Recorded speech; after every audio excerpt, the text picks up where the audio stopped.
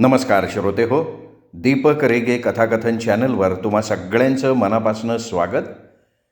श्रोते हो, आजपासून तुम्ही ऐकणार आहात अस्सल ग्रामीण ढंगाची कादंबरी, प्राध्यापक बा बोधे लिखित बदला.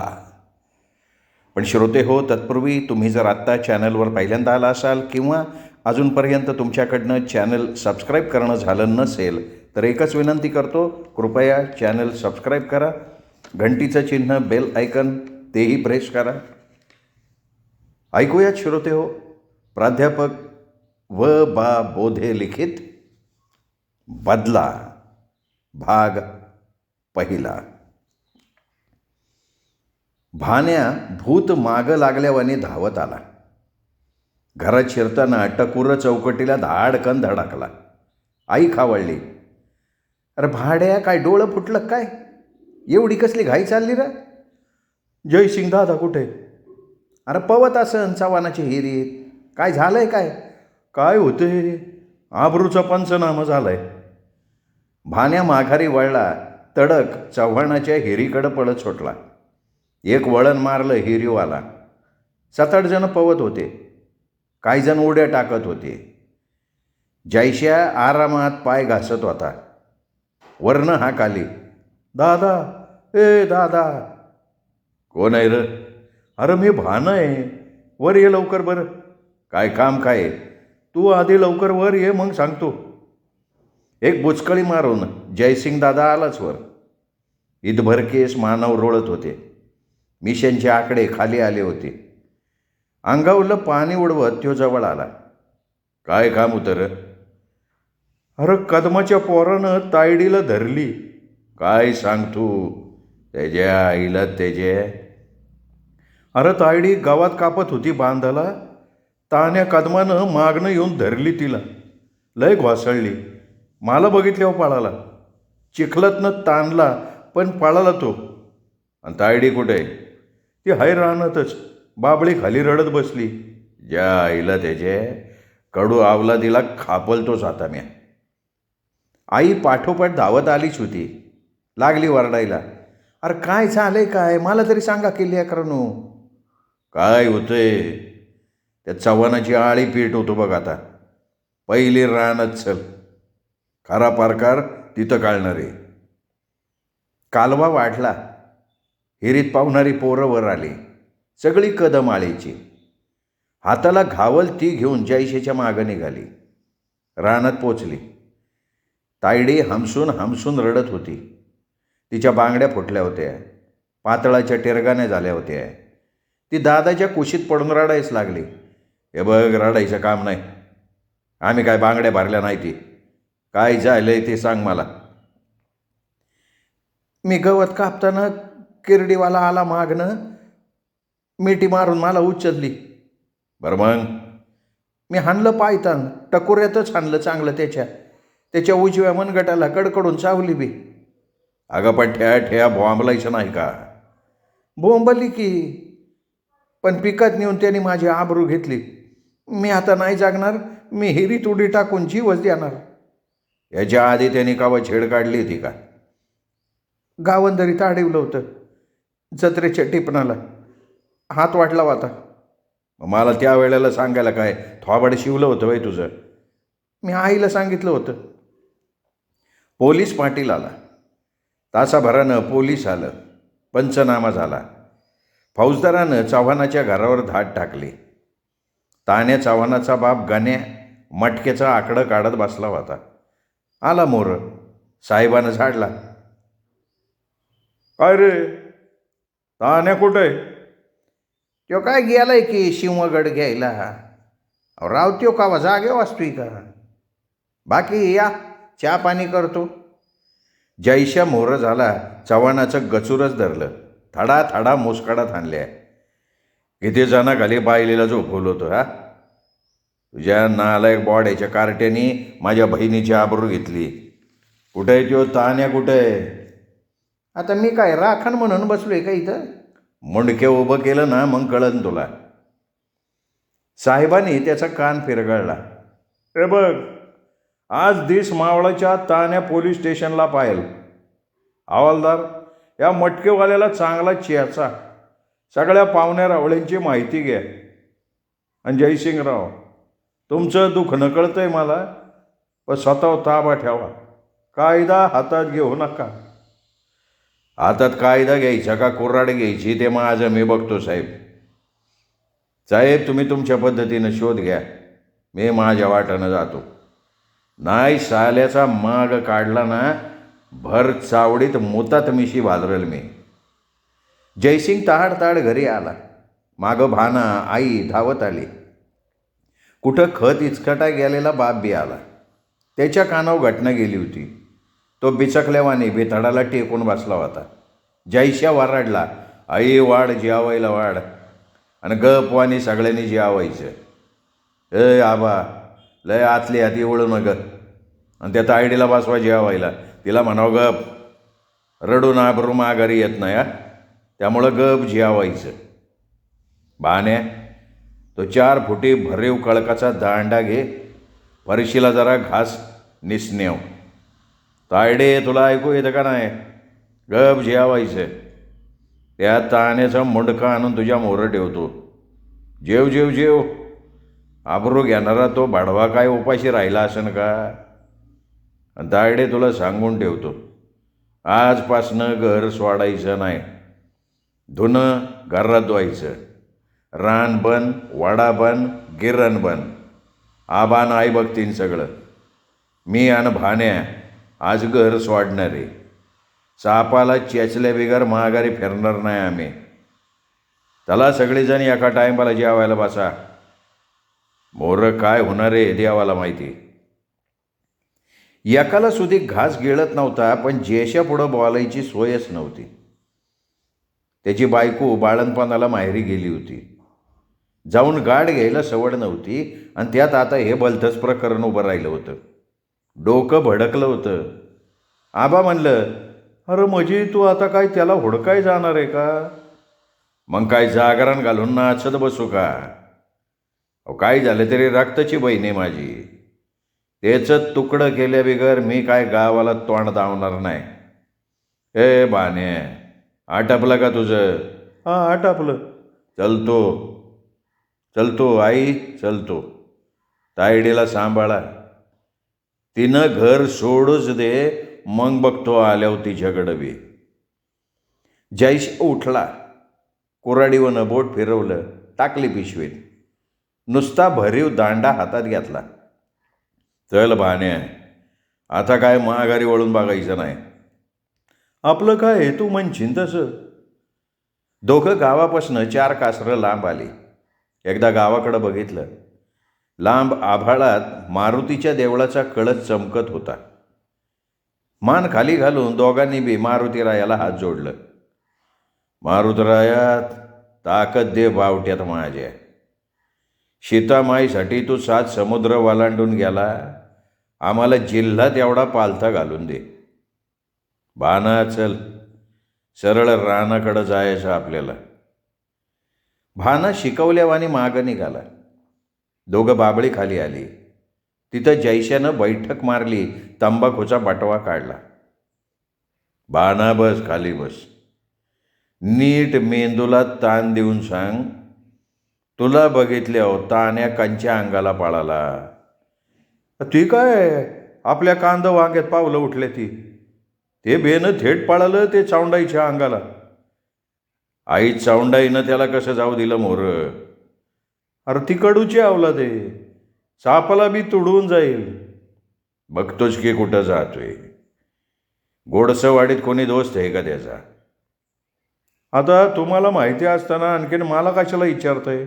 शाबास, याशी गावाच्या काळजातली रेग अन रेग माहिती असायला पाहिजे. त्यो झिपऱ्या मांगाकडं दारू प्यायला जातो. तुला सांगतो, वड्या वगळीने जायचं म्हणजे कोणाला संशय येत नाही. चल, पायतान आणलंय ना? आणलंय तर. मगाशी त्या तानेला ताणताना काटा लागलाय दादा. बस खाली, बघू नाचकान आहे माझ्याकडं. काटा काढला तवाच दोघं हल्ली. तान्या ज्या अंगानं पळाला त्या दिशेनं निघाली. आता कोणाशी बोलत नव्हतं. खाली बघत, काटकुटं चुकवत, वाट उरकायची एवढं खरं. चौंडाईचा वाडा लय खोल. जायला वाट नाही म्हणल्यावर दोघं वर आली. देवळाजवळ येऊन उभी राहिली. 7-8 वाडाची झाडं वाड्याच्या कडेला जीव धरून उगवलेली. आणि वाड्याचा काठ कसला प्रचंड काढा असतो. बघणाऱ्याचं डोळंच फेरायचं. माणूस चक्कर येऊन आडवं होईल असली तारा. वाडाच्या गचपानात देवाळ, आत चौंडाय. दोघं आत गेली. डोसकं टिकिवलं, माती कपाळाला लावली, घाट वाजवला. लांब गावाकडं बघत अंदाज घेतला. गुरं राखणारी पोरं सोडली तर कुठं कुणी दिसत नव्हतं. प्रत्येक माणसाचा अंदाज घेत दोघं रेल्वेच्या पुलाखाली आली. तिथं खाली कामाने दोघं तिघं पत्त्या खेळत होती. या दोघांनी बघितल्यावर चामाकली. जयशाने विचारलं, काय चाललंय? काय नाही, बसलो सावलेला. तुम्ही कुठलं? आम्ही दुधीचं. त्याच्या मारी आम्हाला वाटलं पोलीसच आहे ती. बसा बसा. किती टाईम झाला पत्त्यानं खेळतायचं? आता जुगारी आम्ही का घड्याळाकडं बघतोय वय. सकाळी 8ला डाव चालू झाला आहे, अजून काही संपला नाही. किती वाजले म्हणायचे?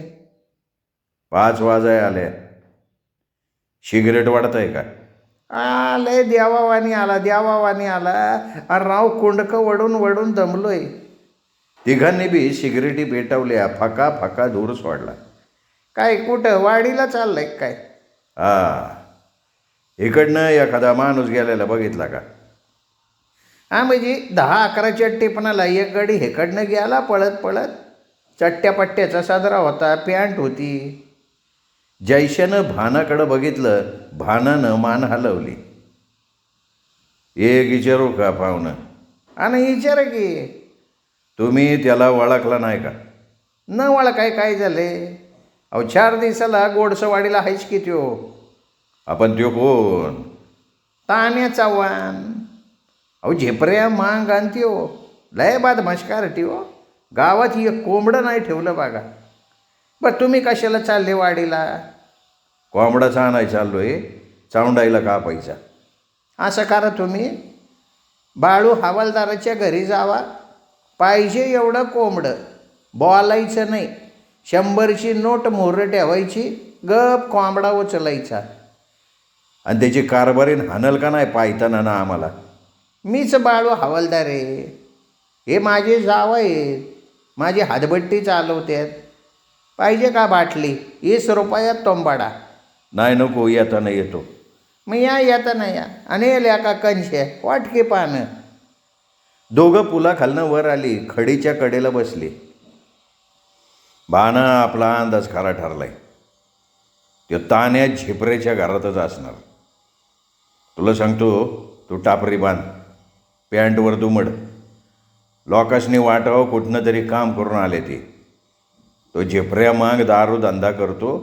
प्यायला म्हणून जाऊ म्हणजे संशय नाही यायचा. अरे अंधार होऊ दे की जरा. आता अंधार व्हायला किस्ता टाईम लागतोय. दुमड पॅन्ट दुमड. मी बी धोतर खावतो. जयशेनं टोपी उलगाडून घातली. पार काना पावतर आली. मिशाचं आकडं खाली घेतलं. भाण्याला टापरी बांधायला लावली. सिगरेट पेटवून झुरका हाणत निघाली दोघं. मांगवाड्यात घुसल्यावर कुत्री लागली बोकाया. एक लंगडं बसलं होतं चोलवानाव. त्याने हाक मारली. काय कुठं चाललाय म्हणायचं? आम्ही चाललोय झेपऱ्या मागाकडं. मालच पाहिजे ना. हे तर आहे की राव, वाडीत मालाला मरण नाही. त्याच्या परस आपला माल लय कडक. नाही जरा जाऊन तर येतो, वाईच काम आहे त्याच्याकडं. गाव कुठलं म्हणायचं? आम्ही निगडीचं आहे हो. काय झाले राव, म्हैस चुकली. कोणीतरी सांगितलं झेपऱ्याला घावली म्हणून आलो. बघतो, नाही तर येतो की प्यायला तुमच्याकडं. मग या. जयशेची पाठ फिरल्यावर त्यानं शिट्टी मारली. झेपऱ्याच्या घरामोर एक बाया येऊन उभी राहिली.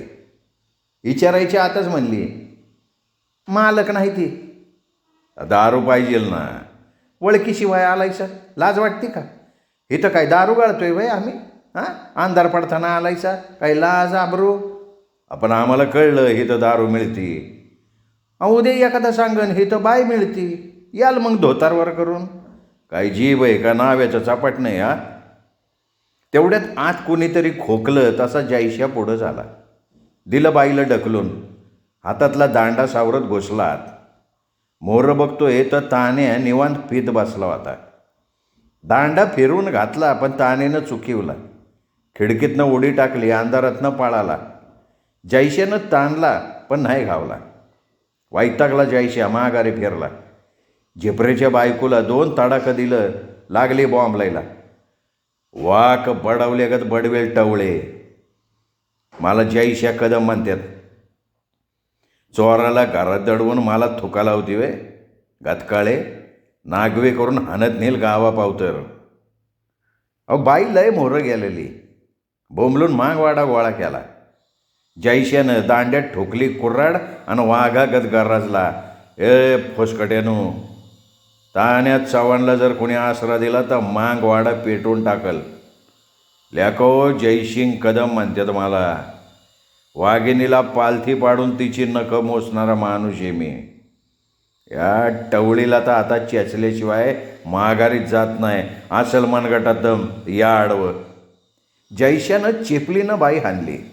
बुचड्याला धरून लोळिवली. लय कॉकलली पण कुत्र्यागत हाणली. एक सुधी गडी आडवा आला नाही. माणसं गप दार लावून घरात. झेपऱ्या तिथंच कुठंतरी दाडला असणार, तो सुद्धा पुढं नाही आला. कुऱ्हाड सावरत जयश्या पाठवाला गाव गोळा केलं. सरपंचाला पोलीस पाटलाला बोलिवला. लय शिव्या दिल्या.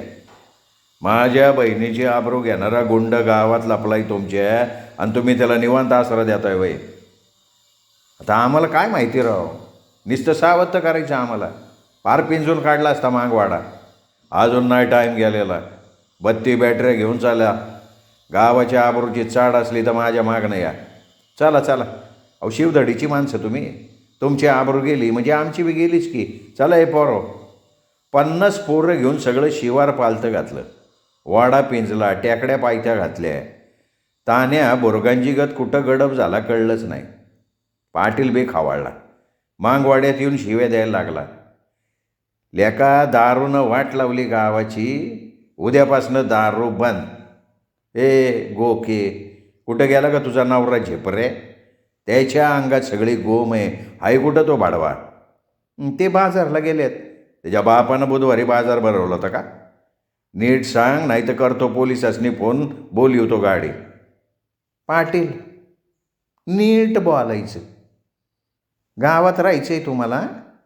या पाहुण्याच्या नादानं गावातल्या माणसाशी वैर करू नका.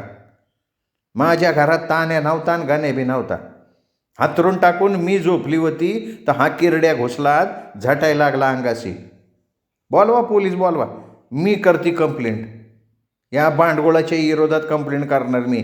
जात काढताय वय माझी. शिव्या बी देताय मला. सरकारला सांगून बेड्या घालायला लावेल. पाटलानं वळखलं चोराच्या उलट्या बॉम्बा. इमांगटी गावाला उलटं करून जीव जास्तवर धोपटीन. जयश्याला मोरं घालून पाटलानं घरी नेलं. हातपाय धुवायला पाणी दिलं. हे बघा काय नातं आपलं पाहुण्याचं. घडली घटना वाईट झाली पण असल्या कामात उतावळेपणा चांगला नसतोय. फौजदाराची ओळख आहे माझी. ओळख आहे तर फोन करून कळवा की.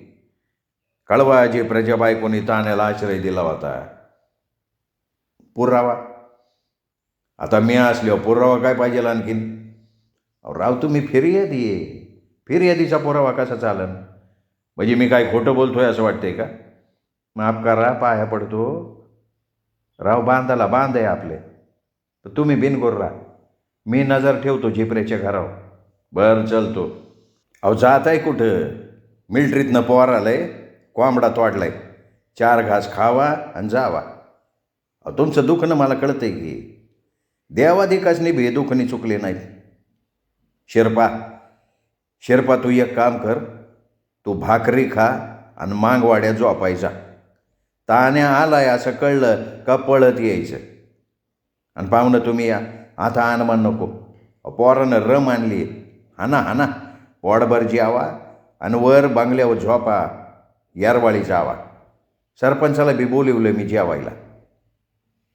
भाना काय प्याला नाही. जयश्या सणकून प्याला. पोटाला आरण लागस तवर जेवला.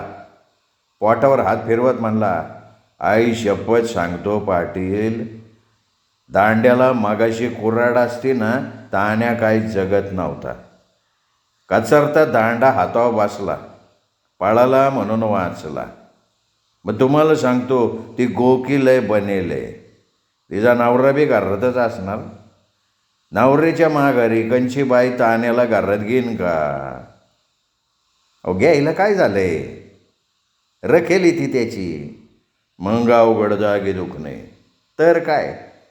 तिच्या नवऱ्याला जेपऱ्याला माहिती नाही का? अहो सगळं माहिती असते. मांजरावाने डोळं झाकून दूध प्यायचं.